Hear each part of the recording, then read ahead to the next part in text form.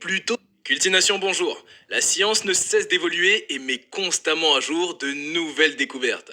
Mais lorsqu'on apprend qu'il se pourrait qu'une civilisation bien plus avancée d'un point de vue technologique était déjà présente sur Terre, on est tenté plutôt de se concentrer sur cette dernière. Dans la vidéo du jour, je vous emmène faire un tour dans la mythologie sumérienne. Vous trouverez bien évidemment toutes les sources en description. Sans trop tarder, allons à la découverte de cette ancienne civilisation. Planète Nibiru. La théorie de la planète Nibiru suggère l'existence d'une planète cachée au-delà de l'orbite de Jupiter dans le système solaire externe. Selon cette théorie, cette planète serait responsable de perturbations dans les orbites de certains corps célestes dans le système solaire. Bien que cette théorie soit controversée et que de nombreux scientifiques la rejettent, elle continue de susciter l'intérêt de recherche. Pour en savoir plus sur la planète Nibiru et la théorie qui lui est associée, il est important de comprendre le contexte et les preuves qui la soutiennent.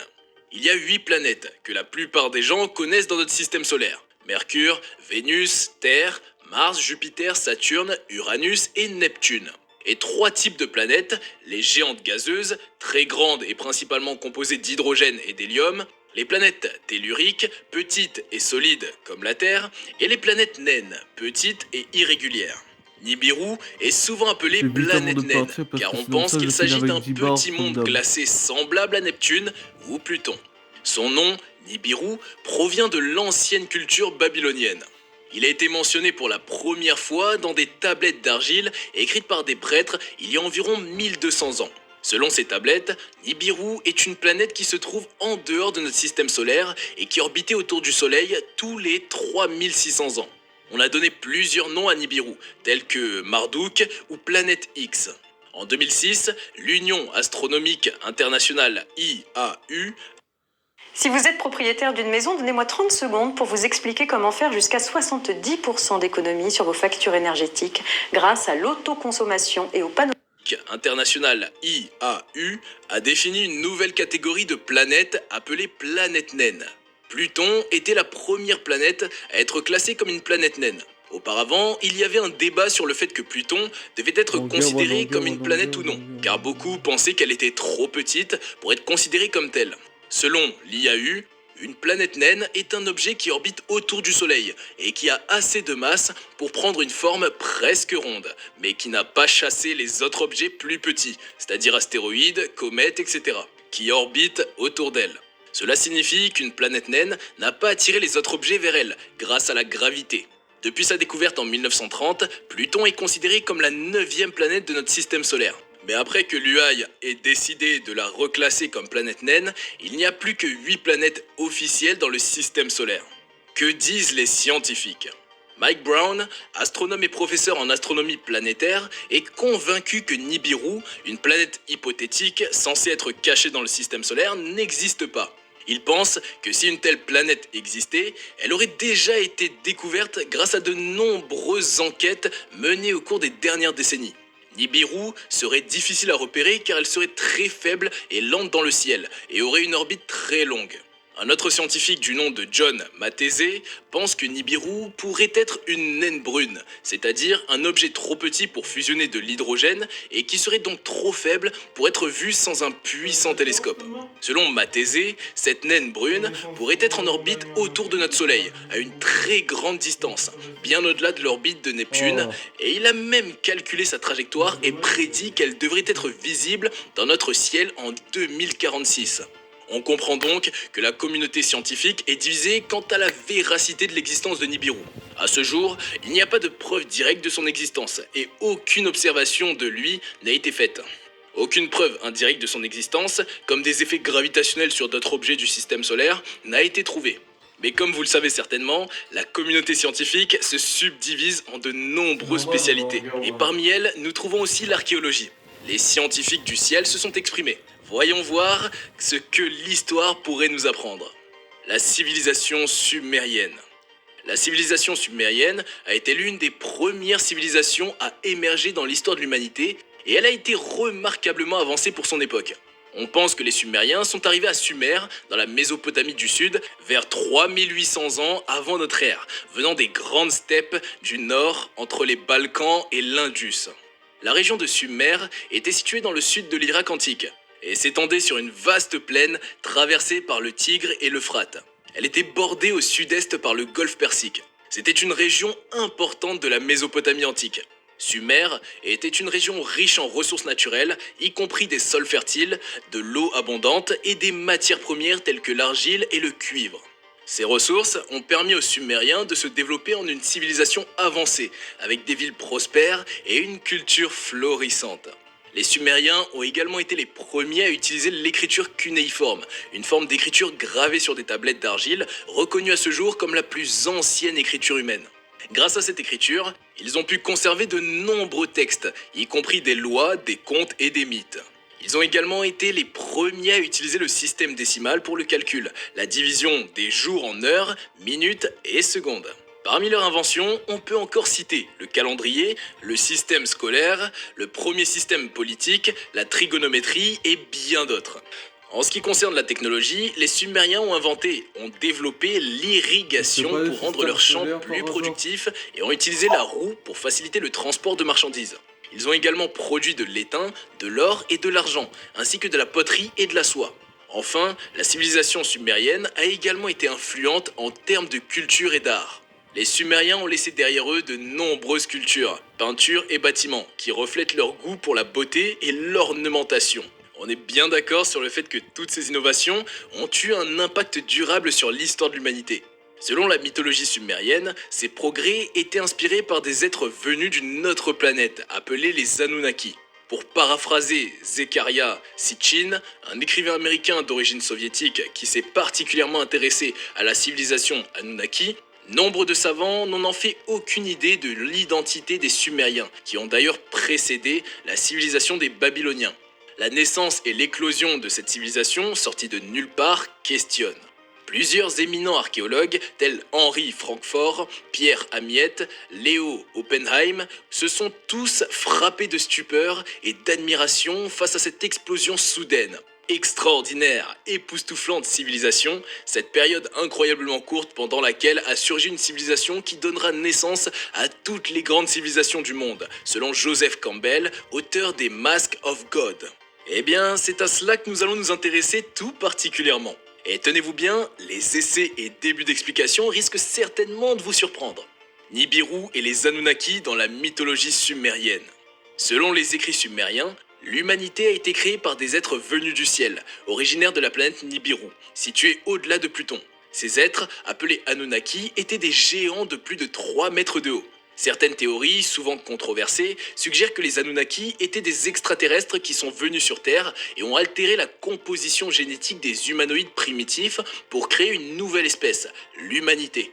Selon ces théories, les textes anciens sumériens décrivent une grande planète, Nibiru, entrant dans notre système solaire et causant des changements majeurs sur Terre et dans tout le système solaire. Nibiru serait considéré comme la planète des Anunnaki.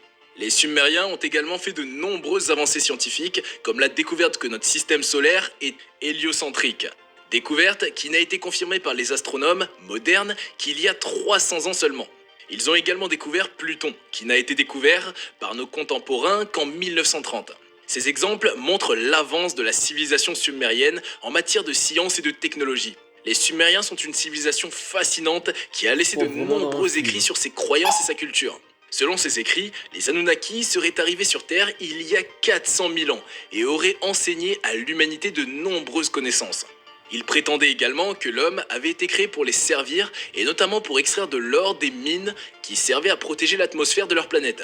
Les mythes sumériens ont eu une influence importante sur d'autres cultes ultérieurs et ont contribué à la formation de la mythologie de nombreux peuples. En explorant davantage l'histoire de cette civilisation, nous pouvons en apprendre davantage sur notre propre passé et sur les origines de notre culture et de notre société. La création de la Terre selon les Sumériens. La première partie de cette histoire repose sur la création de la planète Terre. Il y a très longtemps, une planète nommée Marduk ou encore Nibiru aurait été capturée par notre système solaire et a développé une vie extraterrestre. Cette civilisation, connue sous le nom d'Anunnaki par les Sumériens et de Néphilim par les Babyloniens et les Hébreux, était capable de voyager dans l'espace. Un jour, Marduk s'est approché si près de ce qui était alors notre orbite que l'une de ses lunes entra en collision avec la planète Tiamat, la coupant en deux. La partie supérieure intacte de Tiamat et sa lune principale auraient été déplacées sur une nouvelle orbite entre Mars et Vénus et ont fini par devenir notre Terre actuelle après avoir subi un nouvel équilibre et une reconstruction géologique. L'autre partie de Tiamat, qui a subi le choc, aurait été réduite en 1000 morceaux, devenant la ceinture d'astéroïdes. Cette thèse n'a aucun fondement scientifique et ne repose que sur la mythologie ancienne. Mais attends, Nos scientifiques c'est pas ça. expliquent la formation de la Ça n'a ceinture rien à voir d'astéroïdes avec par la des processus ceinture. tels que Il y la avait une résonance histoire avec pour la Jupiter ceinture. et l'accumulation de débris au Parce cours que de la la planète a formation du défoncé une système planète solaire. sur place. Les croyances des Parce Sumériens. qu'il y en avait un Les dedans Sumériens l'autre. avaient une religion polythéiste qui croyait en un grand C'est ça nombre qu'il de a dieux dit, et de déesses associés à différents aspects de la vie. Attends, Ils étaient vénérés dans chaque ville, c'est avec pas des sorcier. cultes, des temples C'est pas et la des même coutumes histoire, là. locales qui Je leur suis étaient navré, associées. hein. Selon la mythologie sumérienne, Il y a du le dieu ratatouille principal là-dedans. était Anu, le dieu du paradis, qui était marié à Ki, la déesse de la terre. Anu et de Ki, Qui ment? deux dieux frères et sœurs, étaient les enfants d'Anshar et de Kishar, qui, à leur tour, étaient les enfants de Lam et de Lamu, gardiens du Je vais temple finir par Abzu, plus croire et lieu plus de la regarder création ça. originelle. Encore un bébé Leurs comme enfants, ça. les Anunnaki, étaient également des dieux importants, responsables de la terre et du destin. Parmi les autres dieux sumériens, il y avait ceux qui étaient liés aux étoiles, à la lune, etc. Les Sumériens croyaient également au génie et à une hiérarchie divine complexe. Cependant, il est important de Déjà, rappeler c'est que ces vrai, croyances et l'étoile, cette pas la mythologie lune. étaient Bah, souvent symboliques et que pour comprendre Oui, comme pleinement c'est la les pensée de défenses. cette civilisation, il faut se concentrer sur les aspects qui ont contribué à la construction de la société sumérienne Il y a besoin d'un et à la système création scolaire, des lui. liens culturels. Parlons maintenant des dieux Anunnaki. Les Anunnaki sont une classe de dieux appartenant à l'ancien panthéon mésopotamien. Leur nom, qui signifie semence princière en sumérien, désigne une variété de divinités ayant des noms, des fonctions et un nombre variable selon les textes historiques qui ont été conservés. Certains membres notables de cette classe de dieux incluent Enlil, Enki, Ninursag, Nana, Shamash et Ishtar. Enlil était le dieu suprême des Sumériens, considéré Nana, comme le ok. créateur de l'univers et de C'est tous les êtres Nana vivants. qui s'est fait Il était cacher également ça. le dieu de l'air et de la foudre, le seigneur du ciel et de la terre, et était responsable de la distribution de l'eau et de la nourriture. Enki était le dieu de la sagesse et de la connaissance, ainsi que le dieu des eaux. Il était également le dieu de la magie et de la guérison. Ninursag était la déesse de la terre et de la Nana, c'est naissance. dans les Elle rap. était également Mais considérée la comme la comédie mère de la de S tous qu'on les dieux appelle et comme ça déesses. les nanas, mais Nana c'est pas leur était le vrai dieu prénom. de la lune et de la nuit, et était également considéré comme le dieu de la justice. Shamash était le dieu du soleil et de la justice, et était également considéré comme le dieu de la guerre. Ishtar était la déesse de l'amour et de la sexualité, ainsi que la déesse de la guerre et la prospérité. Elle était également considérée comme la déesse de la vie et de la mort. Donc c'est les Contrairement à mêmes certaines quoi. autres classes de dieux, Arrête. il n'y a aucune indication que les Anunnaki étaient vénérés collectivement, mais plutôt que chaque dieu avait un culte individuel dans différentes villes. Les archives sumériennes précisent que les Anunnaki étaient très grands. En tout cas, c'est Les femmes zéro, avaient la une taille de vidéo. 3 Zéro. à 3,50 mètres et les hommes de 4 à 5 mètres. Leur durée de vie était d'environ 360 000 années terrestres, ce qui correspond apparemment à 100 années de la planète Nibiru. Problème sur la planète Nibiru. Les Anunnaki, selon les archives sumériennes, ont dû faire face à un problème atmosphérique lié à leur hiver très long et il y a environ 450 000 ans.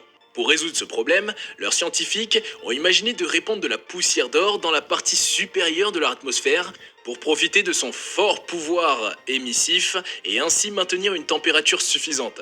Cette solution est d'ailleurs similaire à celle que proposent aujourd'hui nos spécialistes pour lutter contre les trous de la couche d'ozone en répandant de la poussière de particules pour filtrer les rayons nocifs du soleil. Toujours selon ces archives, les Anunnaki ont dû se rendre sur la Terre pour trouver de l'or car les gisements sur Nibiru et même sur Mars étaient insuffisants. Ils utilisaient des vaisseaux spatiaux qui laissent sortir des flammes à l'arrière comme des fusées roquettes. Ce serait ainsi qu'ils ont atterri et établi des colonies dans la région de l'actuel Irak, constituant ainsi les premières villes extraterrestres. Pour trouver de l'or, ils se sont rendus dans une vallée au sud-est de l'Afrique, en face de l'île de Madagascar, où des ouvriers Anunnaki, désignés par les Sumériens comme des dieux inférieurs, ont creusé et exploité les premières mines d'or. La création de l'homme selon la croyance sumérienne. Pas Selon du la mythologie 97 de sumérienne, côté, hein. Enlil, leur dieu suprême, est arrivé sur Terre bien avant que la civilisation ne se développe et qu'il a donné des instructions précises pour toutes sortes de choses afin de guider l'évolution de la civilisation humaine. Le frère aîné d'Enlil, Enki, qui a reçu les mers et les eaux comme territoire lors d'un tirage au sort défavorable, a commencé à ressentir une grande jalousie envers son frère Enlil et une rébellion envers An et les autres dieux. Enki a perdu de nombreux territoires sur la Terre à cause de rivalités et d'intrigues avec son demi-frère Enlil. Il y a eu un conflit entre Enlil et Enki qui a conduit les dieux mineurs, les Igigi, qui étaient au service des Anunnaki et habitaient le ciel et étaient responsables de l'observation et de l'ordre cosmique, à se mettre en grève et à refuser de s'occuper de l'univers. Enki a alors décidé de créer les humains pour servir les dieux. Avec l'aide de sa mère, il a créé le premier homme en mélangeant de l'argile et du sang d'un dieu sacrificiel. À partir de ce premier homme, l'humanité a été créée de manière à ne pas dépasser l'intelligence et les habiletés de ses créateurs, car elle devait obéir, servir et honorer les dieux. Mais cela ne convenait pas à Enki. Il a dirigé ses opérations de création et en a profité pour modifier le programme en rendant l'homme autonome. Et cela causa sa perte. En effet, le clan d'Enki, dirigé par Sin, leur dieu de la justice, voulait donner aux humains des connaissances techniques et scientifiques, mais a été empêché par d'autres membres, dirigés par Ninursag. Ceux qui avaient donné aux humains ces connaissances ont été appelés pêcheurs et écartés de postes importants. Le clan de Ninursag, la déesse de la terre et de la naissance, voulait limiter l'accès aux connaissances pour les humains et cacher la vérité sur les objectifs des Ninursag. Ils ont diabolisé le clan de Sin et Enki, dont le symbole était le caducée, c'est-à-dire deux serpents entrelacés, référence à la double hélice de l'ADN. Cela explique pourquoi, dans la Bible, Enki, qui voulait donner la connaissance à Ève, a été associé au serpent. Les êtres humains ont été traités de manière inhumaine et ont été victimes de famines, de maladies et de guerres biologiques. Comme ces événements n'ont pas suffi à réduire la population humaine, les Anunnaki ont décidé de provoquer un grand déluge pour exterminer les hommes. De nombreux archéologues sont d'accord pour dire qu'il y a eu un déluge au Proche-Orient il y a de nombreux siècles, qui est mentionné non seulement dans les textes sumériens, mais aussi dans l'épopée de Gilgamesh, ainsi que dans l'Ancien Testament. Enki a expliqué à Utnapishtim, qui représente l'être humain, le plan des autres extraterrestres pour l'extermination de l'humanité par un déluge, et lui a enseigné comment construire un bateau pour s'enfuir avec sa famille, quelques artisans, de l'or, du bétail et des animaux sauvages. La correspondance de cette histoire dans la Bible est celle de Noé, confrérie du serpent. N'acceptant pas les cruautés que ses congénères infligeaient aux hommes, Enki fonda la confrérie du serpent. Cette confrérie avait pour objectif de lutter contre l'esclavage spirituel en essayant de libérer l'humanité de la servitude des extraterrestres. Selon certaines sources, cette confrérie a été vaincue par d'autres groupes, mais selon d'autres, elle a continué d'exister sous différentes formes et serait devenue une arme redoutable d'oppression et de trahison spirituelle avec ses nouveaux maîtres, les mystérieux Illuminati. Après tout cela, Enlil, furieux contre son frère, convoqua le Conseil des Sages. Il décida finalement de laisser les humains se multiplier sur Terre pour s'assurer que les Anunnaki n'auraient pas à intervenir à chaque fois pour les rappeler à l'ordre. Ils créèrent un système de royauté. Les rois devaient être les ambassadeurs entre les Anunnaki et les humains. Pour obtenir leur pouvoir et leur sagesse, les rois devaient manger un aliment magique contenant des hormones extraterrestres. Certains rituels de différentes religions sont basés sur cette pratique. Il est important de mentionner que l'histoire des Anunnaki est une mythologie sumérienne qui fait partie des légendes et des croyances anciennes de la culture sumérienne. Elle n'a pas été prouvée comme étant historiquement exacte par la science moderne. Je laisse toutefois le soin de tirer vos conclusions, de croire ou de ne pas croire. En attendant, nous voici au terme de la vidéo du jour. Croyez-vous aux mythes et légendes ou pensez-vous qu'ils sont créés pour essayer de comprendre certains événements ? N'hésitez pas à répondre en commentaire. N'oubliez pas de liker la vidéo et de vous abonner si ce n'est pas déjà fait. A très bientôt pour une nouvelle vidéo sur Cultination. Faudrait débloquer notre truc là. Parce que là, c'était de la comédie totale. Et ces appareils, je crois même pas si c'est plus de la comédie que ça. Alors t'es aussi, je pense, parce que c'est dans YouTube. YouTube a fait que de la comédie, pas de la expo du vrai, c'est ça? Et pourtant, les rap, ils abusent en ça. Je t'en donnais, moi, un Caris. Bon, bref. Je dis ça, je dis rien à YouTube. Hein. Mais tu dis rasé de Tommy. Hein. Surtout si t'as tout ça avec. Replay.